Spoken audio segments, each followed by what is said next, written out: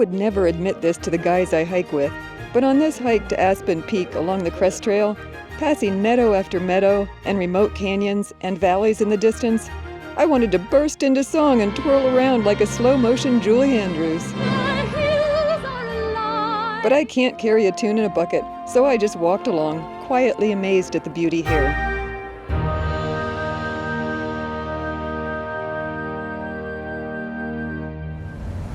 To get to the start of this hike, we drove to the entrance of Chiricahua National Monument and then turned onto Forest Road 42.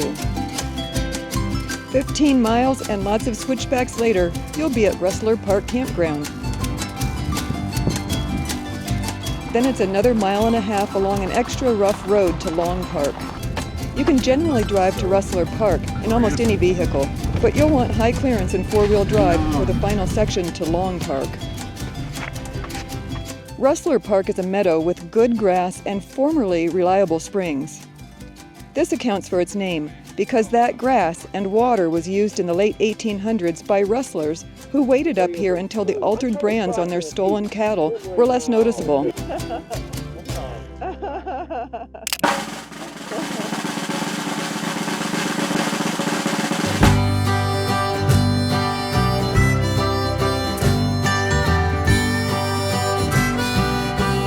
Make me the hero of the hike. You're always the hero.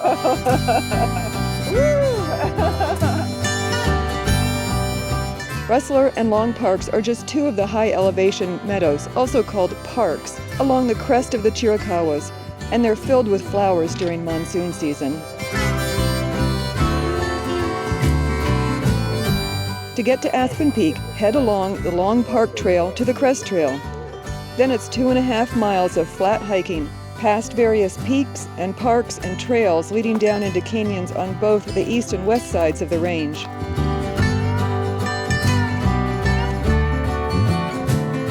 Along the way, there are areas that were untouched by the 2011 Horseshoe 2 fire, and others that were almost completely burned out.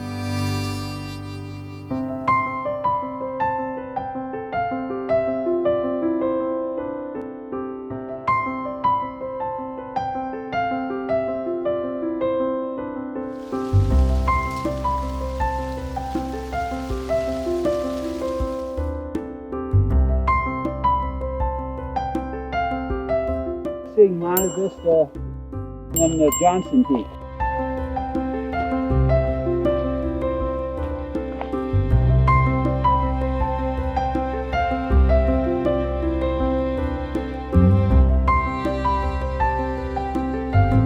Look at this, there's fur right here.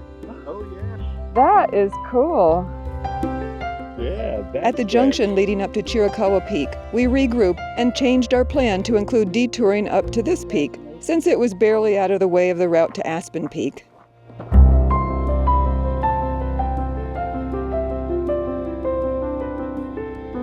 Reaching summit. At the peak, we conducted a thorough analysis of what sidetracked us up here. Let me clarify what's happened. Yes, clarify what happened. I want to go up here anyway. There's an old track 2012 that goes around that way, but the trail's gone. We considered and rejected both a rest break, you ain't getting a break, gotta go, and a group picture on the peak. It goes right. This is not the objective. No. And we had a discussion about According to this, there's another trail that goes down that way. who to blame if the social trail along the backside of the peak to the Crest Trail was gone. We all go that way, it'll be all Barry's fault, but this way we can say it's Ryan's fault. The social trail was there, as were some cool rocks. Bristles everywhere. I took home a few, and a few days after the hike, I had them cut open at a local rock shop. Yeah. And then it was over to and up to Aspen Peak with even more cool rocks to check out along the way.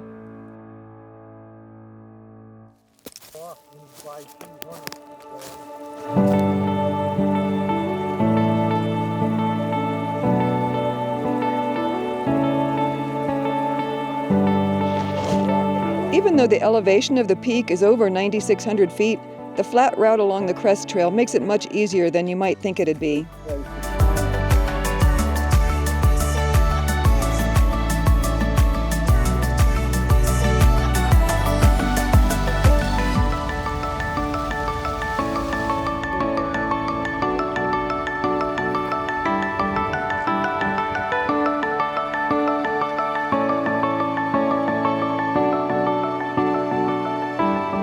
And then it was back the way we came, with a typical monsoon season race to our cars to beat the afternoon thunderstorms.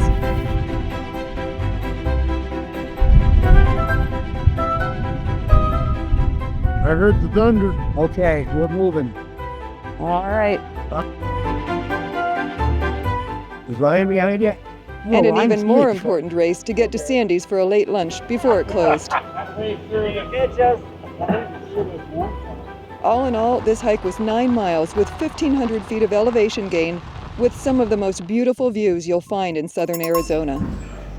You have shakes, right? I'll have a chocolate strawberry shake. Hey, I Round one. kick them out. Thank you. Everybody strapped in and ready to go?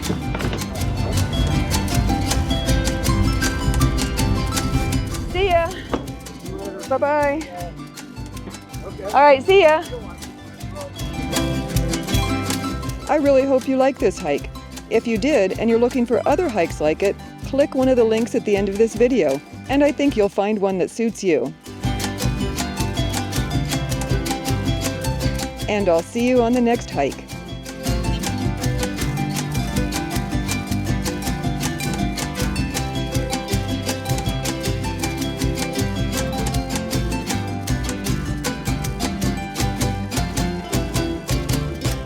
Victory is on! Victory! Yeah. Victory! It's the word of the day.